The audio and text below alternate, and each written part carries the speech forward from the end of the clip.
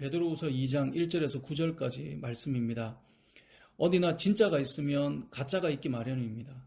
그리고 진짜가 가치가 있을수록 가짜는 더욱 판을 치게 됩니다.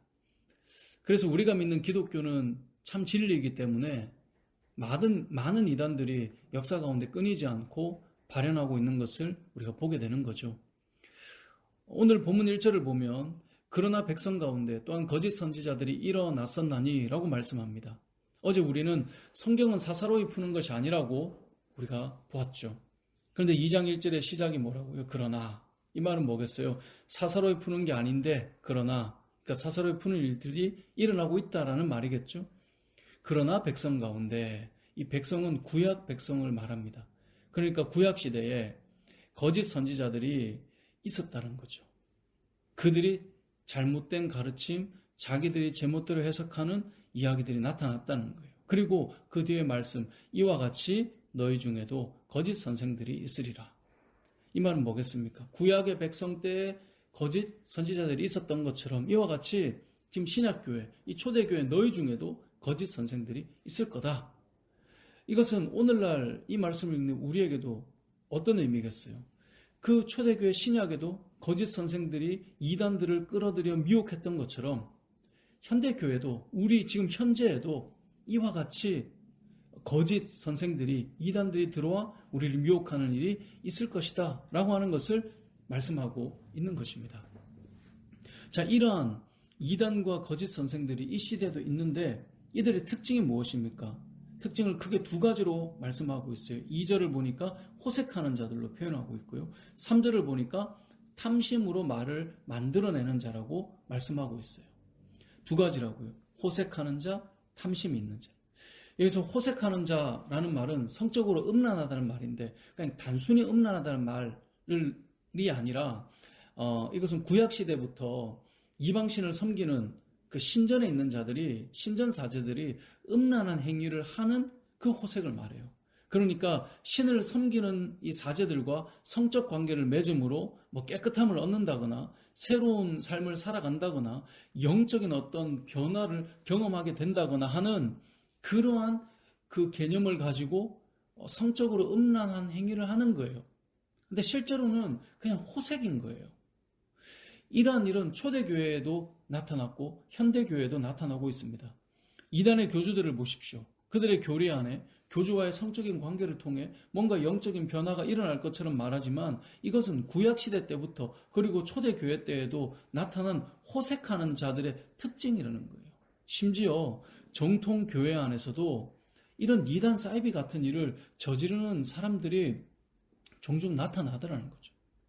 사랑하는 성도 여러분, 이단 사이비 교주들이 말하는 그들과의 성적 관계를 통해 우리가 영적인 변화를 경험하거나 새 사람이 되거나 깨끗하게 되거나 새 인생을 산다, 뭐 이런 말은 말도 안 되는 소리예요. 좀 더 세게 소리 앞에 뭘 붙이고 싶지만 새벽이니까. 아무튼 그건 그냥 호색이에요.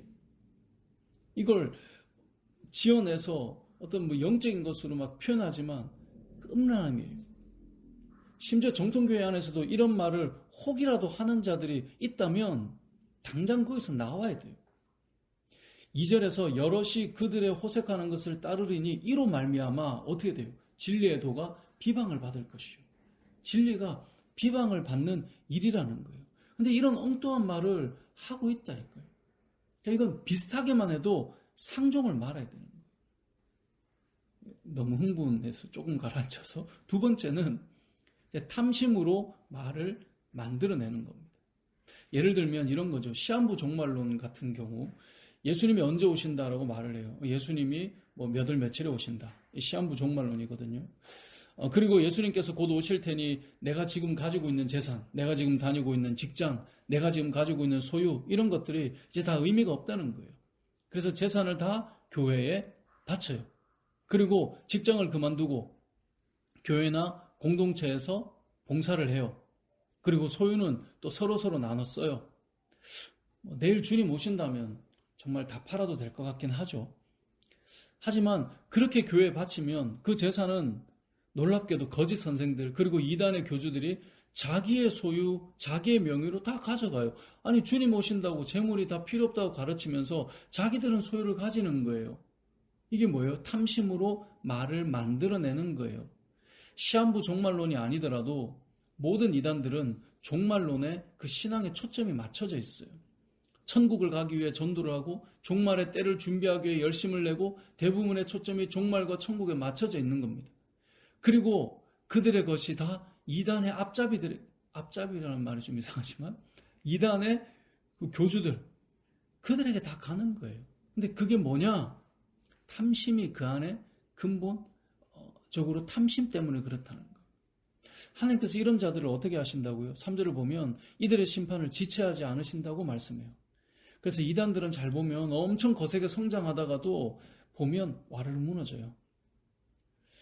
그 예로 이제 4절에는 범죄한 천사들을 용서하지 않으신 것, 5절에는 노아가 살고 있었던 그 시대 그 세상을 용서하지 않고 심판하셨던 것, 6절은 롯이 살아 있었던 그 시대 소돔과 고모라를 멸망하게 하신 것. 여러분 이것처럼 거짓 선생과 이단들은 결국 무너지게 된다는 거예요. 그러니까 그 무너질 자들에게 저와 여러분이 미혹되거나 그들에게 끌려가지 말아야 한다라는 것을 말씀하는 것입니다. 지금도 사단은 거짓 선생들과 이단이라는 이름으로 이 땅의 성도들을 미혹합니다. 진리에 서 있는 자들에게 찾아와요. 이단이라는 이름처럼 너무나 똑같아 보여요. 이단이라는 이름이 뭐죠? 다를리의 끝단이잖아요.